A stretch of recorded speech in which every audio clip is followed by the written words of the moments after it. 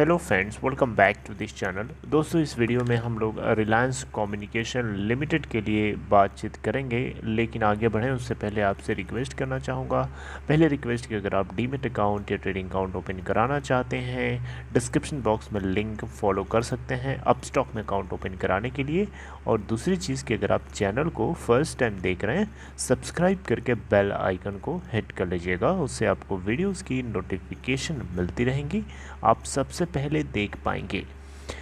दोस्तों, Reliance communication limited में अगर आप देखें तो कई दिनों से एक बात तो बिल्कुल क्लियर कट समझ में आती है कि जो अथॉरिटीज़ हैं वो अपना काम या तो सही से नहीं कर रही हैं या फिर उनके ऊपर कोई न कोई अपनी साठ गांठ चला रहा है। रिलायंस कम्युनिकेशन लिमिटेड को लेकर के NCLT national company law tribunal के अंदर एक बहुत ही इम्पोर्टेंट फैसला आना था, और ये फैसला आते आते आते आते अभी तक नहीं आया है। और क्या आपको इसके बारे में कोई चूं तक पता है? क्या आपको किसी तरीके से भनक लगी है, कुछ खबर पता है? तो आप कमेंट बॉक्स में हिंट कर सकते हैं।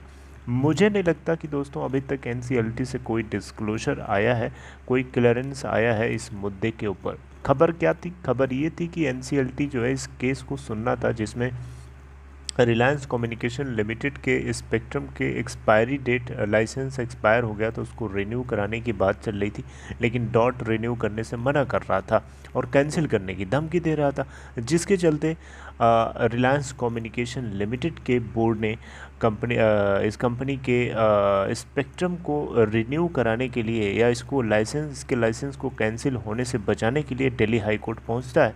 और दिल्ली हाई कोर्ट इसको ऑर्डर दे देता है, इंटरिम ऑर्डर दे देता है कि आप चलिए आई थिंक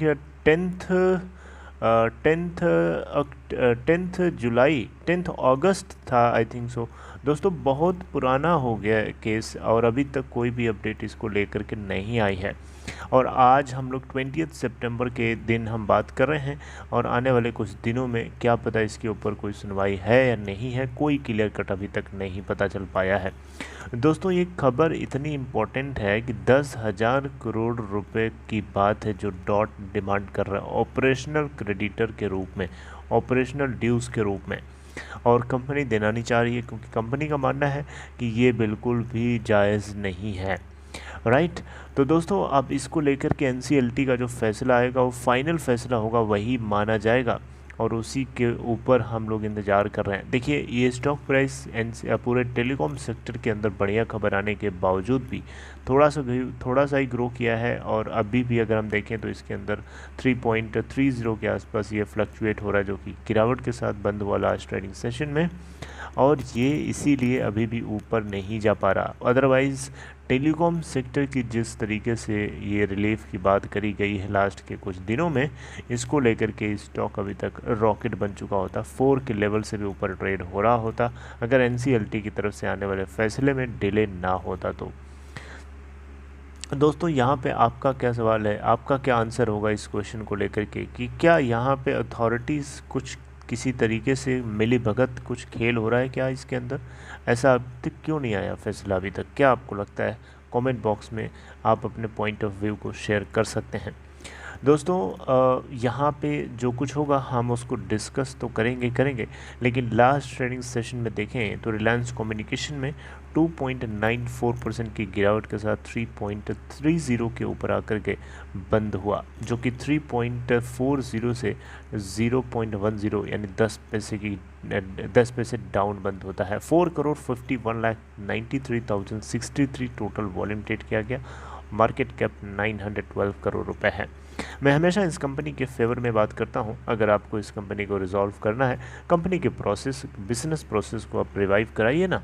कंपनी के अंदर आप जो कुछ थोड़ा बहुत माल पड़ा है उसको आप लेके जाएंगे, उससे ना आपका पेट भरेगा, ना आपके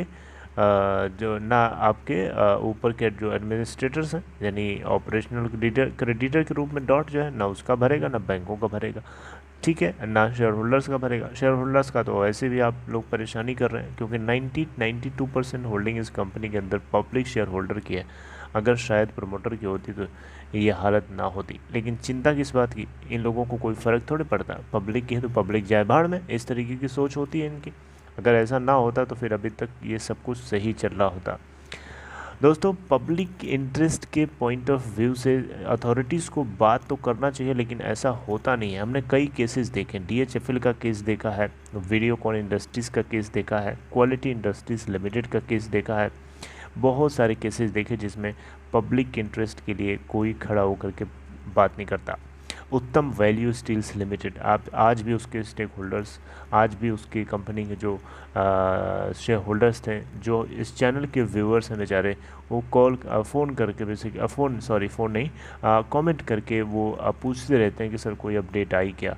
तो मेरे पास उसको कोई खबर नहीं है लेटेस्ट में कि क्या हुआ उसके अंदर, तो मेरे को उस पर बात करने के लिए कोई ऑप्शन ही नहीं है। तो मुझे शर्म आती है उन लोगों को रिस्पॉन्ड करते हुए कि मैं क्या करूं। अगर मेरे हाथ में होता तो शायद ऐसा उनको बोलना ही नहीं पड़ता।